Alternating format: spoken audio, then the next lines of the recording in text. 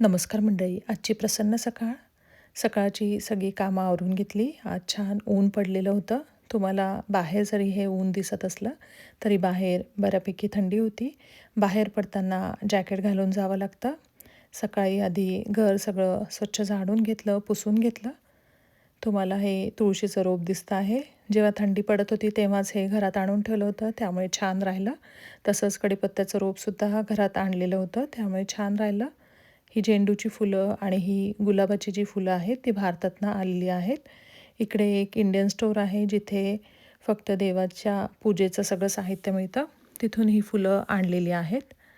सकाळी तयार होऊन आधी देवाची शांततेत बसून मनोभावे पूजा केली. नंतर नैवेद्य दाखवून आरती म्हटली. नित्यसेवेचं जे वाचन होतं ते वाचन केलं. आज भोगी होती.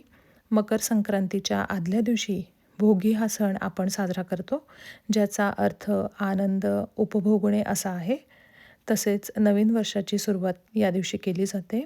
आपण सगळ्यांनी जुनं सोडून नवीन स्वीकारणे, नवीन गोष्टींवर लक्ष केंद्रित करणे हे आपल्यामधील परिवर्तनाचं प्रतीक आहे.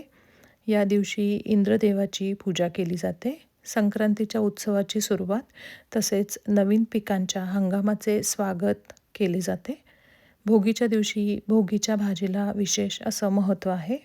हिवाळ्यात आपल्याला भरपूर भाज्या मिळतात. यामध्ये वांगी, बटाटे, घेवडा, हरभरा, नंतर वालाच्या शेंगा, वाटाणे, शेंगदाणे, गाजर अशा अनेक भाज्या घालून भोगीची मिक्स भाजी बनवली जाते.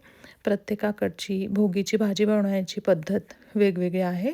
यामध्ये तिळाच्या आणि दाण्याच्या कुटाचं वाटण टाकलं जातं. तसंच थोडासा गूळ या भाजीमध्ये घातला जातो.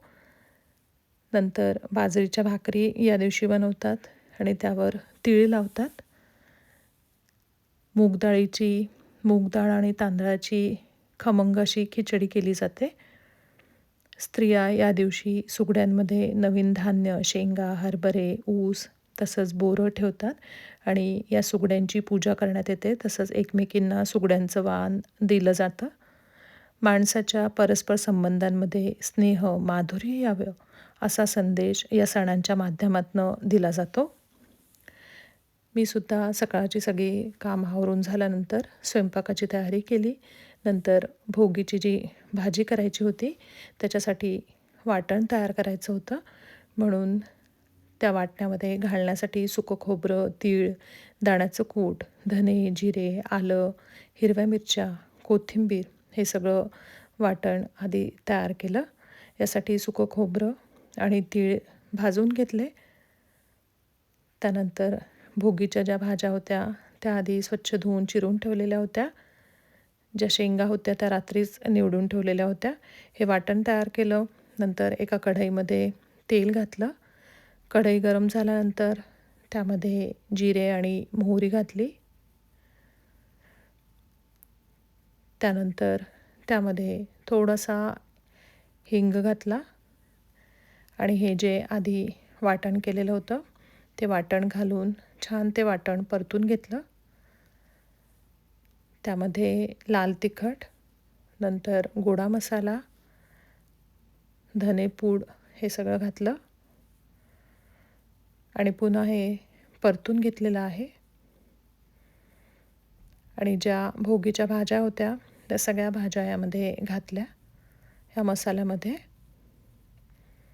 सगळ्या भाज्या घालून झाल्यानंतर 5 ते 7 मिनटं या भाज्या तेलावर या मसाल्यामध्ये परतून घेतलेल्या आहेत. 5 ते 7 मिनटं. एकीकडे या भाज्यांमध्ये घालण्यासाठी म्हणून पाणी गरम करायला ठेवलेलं होतं. ह्या छान परतून झाल्यानंतर थोडंसं असं मला वाटलं की थोडं तिखट कमी वाटतंय, म्हणून वरतून लाल मिरची पावडर मी म्हणजे तिखट थोडंसं टाकलं आणि या छान मंद आचेवर परतून घेतल्या या भाज्या. नंतर जे पाणी गरम केलेलं होतं ते पाणी यामध्ये घातलं. पाणी पण खूप नाही घातलं, थोडंसं पाणी घातलं. वरून चवीनुसार मीठ पेरलं आणि ही भाजी शिजण्यासाठी म्हणून ह्याच्यावर ताट ठेवलं. ताटामध्ये सुद्धा पाणी ठेवून मंद आचेवर ही भाजी शिजू दिली. हे जे तिखट आहे ते काश्मीरी लाल मिरची पावडर मी ही शेवटी घातलेली होती, रंग यावा म्हणून.